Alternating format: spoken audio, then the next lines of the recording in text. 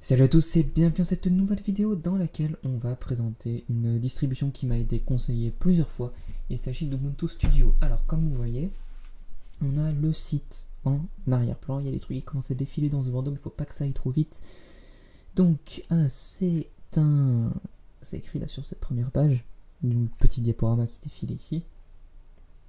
Donc c'est pour les Creative People. Ah non mais si ça pouvait aussi ne pas défiler, ça serait cool. Creative People. Donc en fait, il y a une autre phrase juste en dessous, c'est une distribution qui est faite pour les créateurs de contenu. Et pour ça, bon, on va faire un petit tour dans la distribution, à la présenter, hein, c'est le but de la vidéo. Il y a des logiciels installés par défaut qui viennent avec cette distribution, donc elle est faite pour ça, donc pour le graphique, audio et vidéo. Donc on va voir ça. Juste, on va aller donc dans l'onglet Download avant, et on voit qu'on peut donc télécharger ceux qui sont... Donc c'est basé sur Ubuntu, hein, pour ceux qui n'auraient pas deviné, c'est écrit ici en gros. Donc on peut télécharger ce qui est basé sur la dernière version, Zestizapus. Et je crois que c'est ce que j'ai fait ici, enfin, ce serait logique. Oui c'est ça, 17.04. On avait présenté la version avec Maté sur la chaîne, et peut-être d'autres, hein, plus tout en tête. Ou sur la dernière LTS, Zenial Xerus. Donc là, c'est 64.3. Hein, bon, après, il rajoute des mises à jour dans les LTS. Donc à chaque fois, on a le choix entre 32.64 et... enfin, 32.64 avec torrent ou direct. Bon, voilà. Sur ça le fait qu'on ait le choix entre torrent et direct, c'est assez commun pour toutes les distributions Linux. Enfin bon, du coup, on va commencer. Mais juste avant, pendant l'installation, donc on a un choix, à un moment donné, une fenêtre.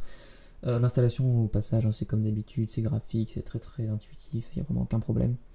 À un moment, on a un choix, des groupes de paquets à installer. Donc on a Audio Core, Audio Plugin, Desktop Core, Fonts, Graphique, Photographie et Publishing et Vidéo. Par défaut, ils sont tous sélectionnés. Mais on peut choisir d'en enlever en fonction du type de créateur qu'on est. Par exemple, si on est seulement un créateur niveau graphique, seulement un graphiste, on va pas forcément avoir besoin de ce qui concerne l'audio, ce qui concerne la vidéo et tout, c'est pour ça. Donc moi j'ai laissé, comme c'est par défaut, j'ai laissé tout sélectionner. Bon, du coup on va minimiser ça et commencer notre petit tour de la distribution. Donc comme vous voyez, c'est XFCE, j'ai fait une vidéo il y a longtemps. Vous pouvez aller la voir en cliquant vers là, il y a un petit i notification normalement. Vous pouvez aller la voir, voilà, c'est une vidéo, je l'admets, un petit peu bâclée, mais ça montre quand même les bases d'XFCE. Donc c'est très léger, hein. Mais ça on va y revenir plus tard. C'est le but d'XFCE, hein, c'est d'être extrêmement léger. C'est l'environnement le plus léger il me semble, et qui est pourtant très très personnalisable. Non, c'est pas l'environnement le plus léger, mais c'est justement un juste milieu entre le fait d'être très léger et le fait d'être extrêmement personnalisable sans aucune limite en fait, en gros. Donc, comme vous voyez, c'est un XFCE très simple. On a un seul tableau de bord en haut. Et là, c'est complètement basique. On a un menu qui est le menu Whisker. Très bon menu, hein. Le menu de base XFCE, c'est une merde pas possible. Là, c'est le menu que je recommande. On a les fenêtres ouvertes. Donc là, on a le Firefox de tout à l'heure. Après, on a des informations, des petits boutons et le calendrier. Voilà, on ne peut pas faire plus basique. On remarque qu'on a un seul espace de travail, on n'a pas de truc donc pour en changer, et pour cause, puisqu'on en a un seul. Si je fais avec le clavier, on passe pas. Bon, évidemment, après c'est modifiable, c'est personnalisable, mais par défaut, on n'en a qu'un. Au passage, si vous voulez, hein, il suffit de faire ajouter de nouveaux éléments. On clique droit sur le tableau de bord, ajouter de nouveaux éléments.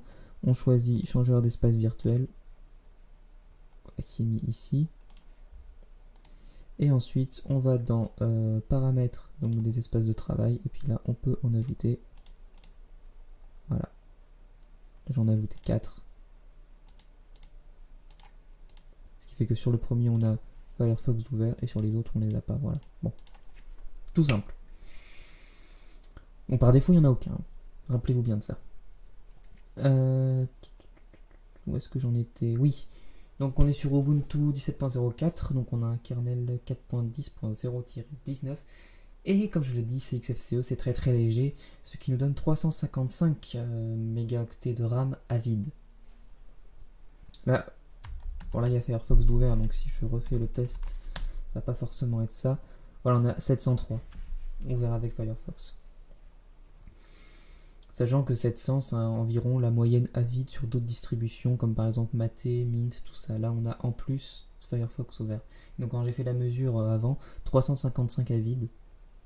Donc c'est une très bonne chose parce que comme c'est une distribution qui est faite pour les créateurs de contenu, elle va tourner sur des systèmes qui vont être amenés à faire des grosses tâches comme par exemple des rendements vidéo, des rendements 3D, des trucs comme ça si on utilise Blender par exemple. Et donc il faut que l'ordinateur puisse se concentrer le maximum sur cette tâche et qu'il n'y ait pas de protocole débile qui tourne en arrière-plan, donc c'est pour ça. C'est une bonne chose. Bon, donc maintenant on va commencer à faire un tour des applications. Comme on voit dans le Whisker Menu, il y a les catégories normales, accessoires bureautiques et tout, mais on a 3 catégories supplémentaires, audio, graphique, design. Non, audio, graphique, design c'est la même, et après vidéo. Bon. Donc on va faire un tour, je vais seulement lister les logiciels que je connais, hein, parce que bon. Audio, j'y connais vraiment rien du tout. Moi, je connais juste Audacity. Enfin, Brasero aussi, mais c'est pas vraiment audio, c'est pour graver des disques. Voilà, audio, moi, je connais pas du tout, donc je peux vous laisser voir si vous connaissez. Moi, je connais seulement Audacity. Bon. Ensuite, dans le graphique, ce qu'on a installé, on a Blender, qui est un logiciel donc pour créer un petit peu de la modélisation 3D, ouais, j'ai le nom. On a GIMP. Bon, très connu, hein, éditeur d'images. Inkscape, qui est un éditeur d'images vectoriel. Krita, qui est un autre éditeur d'images. Je l'ai jamais utilisé personnellement, mais si je me trompe pas, c'est un truc un peu comme GIMP, mais en moins puissant. On peut aller faire un tour. Donc, version 3.1.2, on peut voir. Ouais, voilà, ça a l'air d'être environ ça.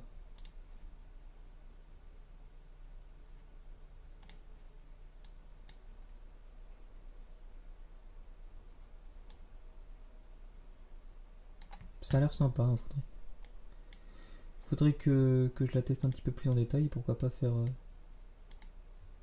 une vidéo. Ouais, bon. Qu'est-ce qu'on a d'autre du coup? On a Synfig Studio, c'est un... Comment dire? En fait, j'ai pas le bon vocabulaire pour expliquer ce que c'est, mais en gros, c'est pour faire... je sais pas comment, on va dire du dessin animé, mais c'est pas vraiment ça. C'est pour faire des animations vidéo à partir de dessins qu'on met en mouvement. En fait, c'est un peu du dessin animé. En gros, j'avais testé il y a quelques temps, il y a peut-être 3 ans, faire des trucs dessus, donc par contre je sais plus du tout comment ça marche. Donc voilà, donc là on peut faire des dessins. Voilà. Bon, c'était un mauvais exemple parce que je sais plus du tout comment on fait.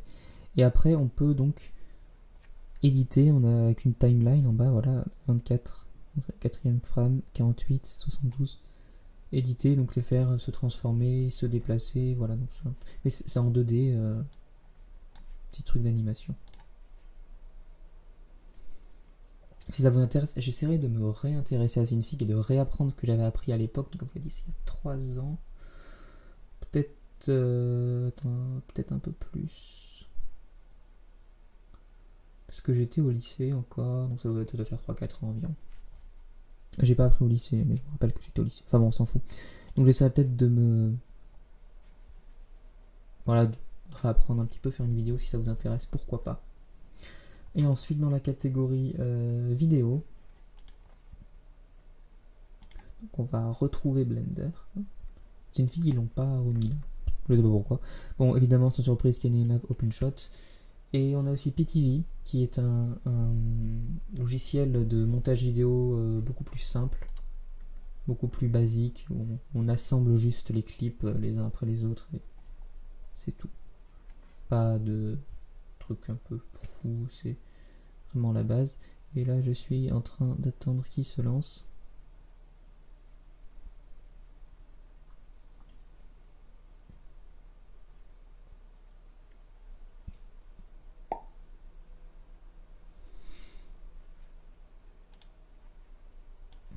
Voilà. Bon bah il se lance et pour le coup je peux pas montrer à quoi ça ressemble parce que je n'ai pas de vidéo sous la main. Mais bon en gros voilà c'est quelque chose de normal ici, enfin normal. Même affichage qu'on peut trouver sur OpenShot, sur Kdenlive Live partout. La timeline en bas, ici on a la visualisation, ici les effets, donc la transition au titre, et ici la bibliothèque. Voilà, rien de fou. Si on regarde les autres applications, on peut retrouver quelque chose un petit peu bizarre, notamment si on va dans bureautique. Et là, on voit que LibreOffice, il n'est pas complet. On a Calc, Math, Writer. On n'a pas la suite complète de LibreOffice. Alors pourquoi avoir enlevé des trucs? Je trouve ça con. Tous les créateurs de contenu peuvent être amenés à faire des diaporamas. Ou... Bon, c'est vrai que dessin, bon, je comprends pourquoi ils l'ont enlevé, parce que c'est vrai qu'on s'en tape. Mais, enfin, quoique des fois, ça m'a quand même bien dépanné. Hein. Mais bon, faire des trucs à l'arrache, enfin bon. Présentation, ça peut servir, base de données aussi, pourquoi pas. Donc je sais pas pourquoi ils ont pas mis toute la suite. C'est assez particulier. Après, si on regarde dans Internet, on a Firefox, Thunderbird. Jusqu'à là, c'est normal, rien à signaler. Mais dans vidéo, qui sont appelés Media Playback, qui sont renommés, normalement c'est audio-vidéo dans les autres distros Linux, là Media Playback ils l'ont renommé, puisque pour pas qu'on confonde avec l'audio qui est là et vidéo qui est là. Eh ben, on a des lecteurs qui me sont inconnus. Je ne connais pas ce lecteur, alors je sais pas s'il est bien ou pas. Parole. Voilà, mais ce qui m'étonne, c'est dans une distribution quand même comme celle-ci, pourquoi ne pas avoir mis un lecteur comme VLC qui est assez léger, assez connu et que vraiment tout le monde utilise. Un truc que je ne comprends pas. Au niveau des thèmes du coup, alors le thème en ce qui concerne le style, c'est le Numix Blue. Pour les icônes, c'est leur truc d'icône à eux, à cette distribution Ubuntu Studio. Et pour le style des fenêtres, le thème des fenêtres, c'est aussi Numix Blue. Voilà. Comme vous voyez, on a pas mal d'installés. Bon, une personnalisation optimale, on va dire. Vraiment, vraiment sympa.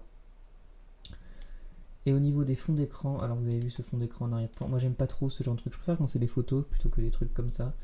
Mais c'est vrai que, je sais pas comment dire, mais bizarrement, ça va bien avec le concept de la distribution de création de vidéo. Je sais pas pourquoi je trouve que ça va bien, alors que j'aime pas trop.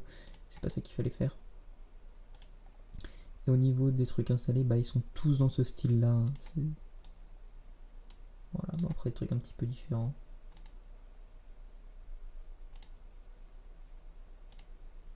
Celui-là, je pense que j'aime bien. Ouais, celui-là, c'est assez joli. Voilà, c'est tout pour moi, c'est tout. Je vais vous dire salut à tous et à la prochaine. On se retrouve, je sais pas trop quand. En tout cas, n'hésitez pas à me dire ce que vous avez pensé d'Ubuntu Studio. Moi, personnellement, est-ce que en tant que créateur, je l'installerai? Je vais dire pourquoi pas, mais il y aurait quand même des changements à faire parce qu'en fait, c'est pour éviter. C'est la fait, cette distribution, c'est pour éviter aux créateurs de contenu d'avoir des changements à faire quand ils installent une version classique d'Ubuntu par exemple. Donc c'est déjà leur logiciel de montage vidéo d'installer, tout ça. Mais le truc c'est que s'il y a d'autres logiciels qui manquent, comme LibreOffice, VLC, on a quand même d'autres trucs installés, donc c'est un petit peu con. Donc pour le coup, je sais pas si je passerai sur cette distro, mais je vais dire pourquoi pas, voilà. N'hésitez pas à me dire si vous aussi vous passerez sur cette distro ou pas. Je vais vous dire salut à tous et à la prochaine.